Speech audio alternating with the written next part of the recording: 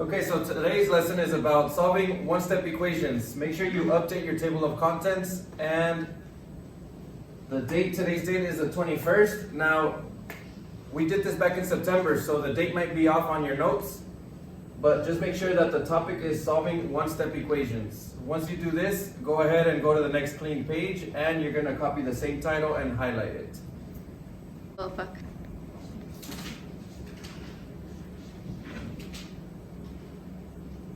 So you're gonna go ahead and title your page, Solving One-Step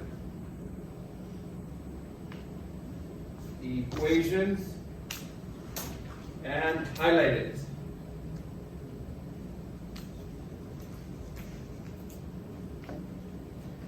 Okay, so before we begin solving one-step equations, you have to keep in mind all the different operations. So we're gonna make a list of operations.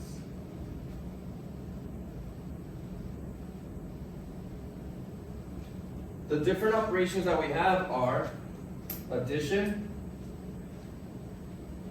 subtraction, multiplication, and division.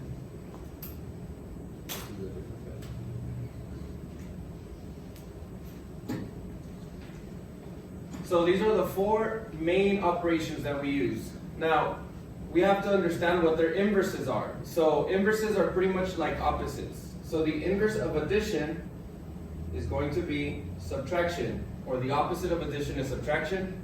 The inverse of subtraction is addition. The inverse of multiplication is division, and the inverse of division is multiplication. So those are their inverses.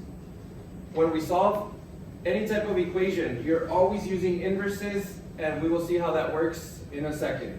So the first example I want you guys to copy down is this. So we'll move down here.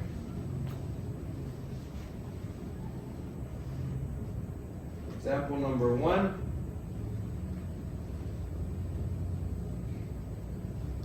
(3x = 12). We'll start with this one. Now, anytime you have a number which we call a coefficient and the variable right next to each other, like in this case, 3x, this implies that we're multiplying. So in order, now solving equations, the main goal is to keep the variable by itself on one side of the equation. So we want to isolate x. We want x to be by itself. So like I was saying, 3x implies multiplication. So in order to get rid of this 3, we're going to have to do the inverse. So the inverse of multiplication is division. So that means we're going to have to divide both sides by 3. And this is how we show division when we're solving equations. Kind of looks like a fraction. So we're going to divide both sides by 3. You want to divide by anything that's in front of the variable. So in this case we had a 3. We divide both sides by 3. This eliminates. So this gives me x equals 12 divided by 3, which is 4. That's our first example on how to solve a one-step equation. Notice how it's a one-step equation because we're able to solve it with one step. Example number 2.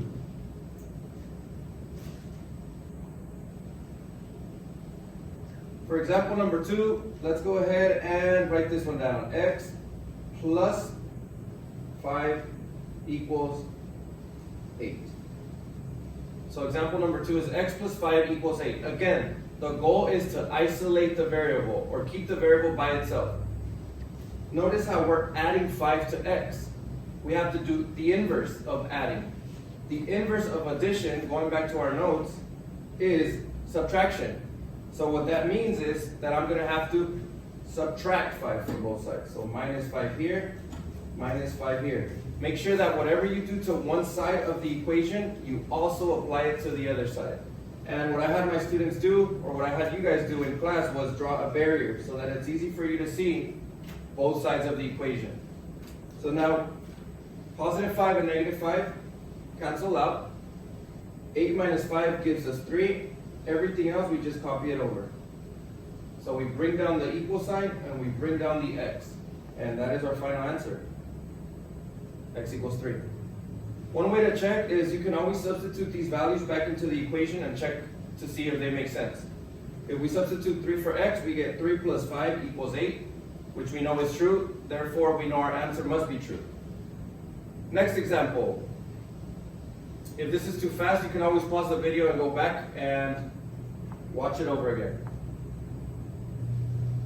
Example 3. Okay, for this example, we're going to go ahead and solve x minus 9 equals 6. So, here we have x minus 9 equals 6. Notice that we are subtracting 9 from x. So what I have to do is go back to my operations. I have subtraction. My inverse is addition. Therefore, I need to do addition. I need to add 9 to both sides. So plus 9 plus 9. These 9s cancel out. 6 plus 9 is 15. Everything else, you just drop it. Again, you can always check. 15 minus 9 is equal to 6. We know that's true, therefore our answer must be correct. One more example.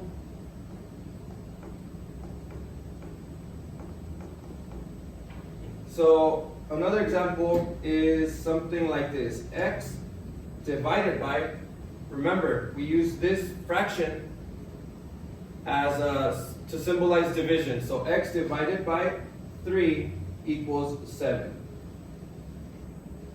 X divided by 3 equals 7. Going back to the operations, we start with division. In order to solve it, we need the inverse, which is multiplication.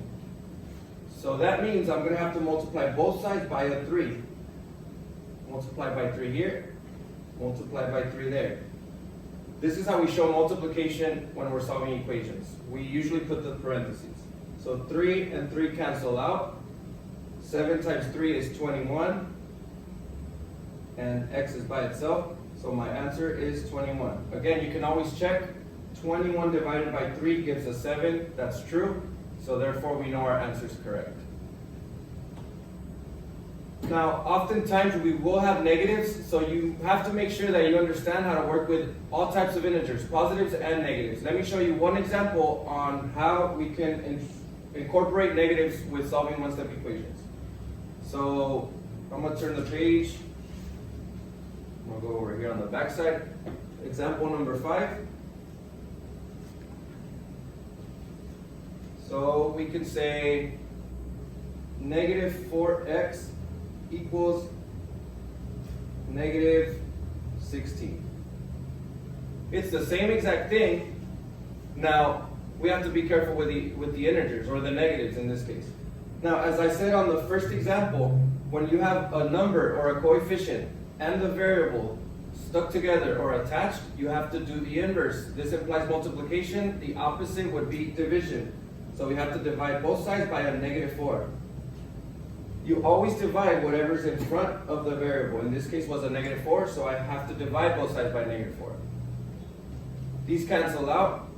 16 divided by 4 is 4.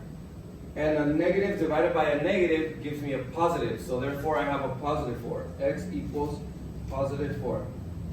One thing that I like to draw to remind me of my rules for integers when multiplying or dividing is this little bear.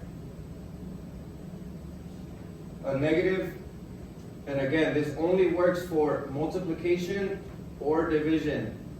So negative and a negative, cover those, and what's left over, a positive.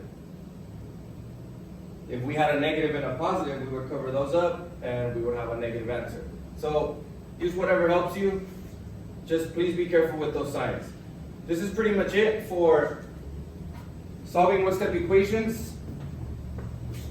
Thank you for watching. If it was too fast, please rewind it. Watch it as many times as you need to. Just please make sure you understand how to solve one-step equations. Thank you for watching.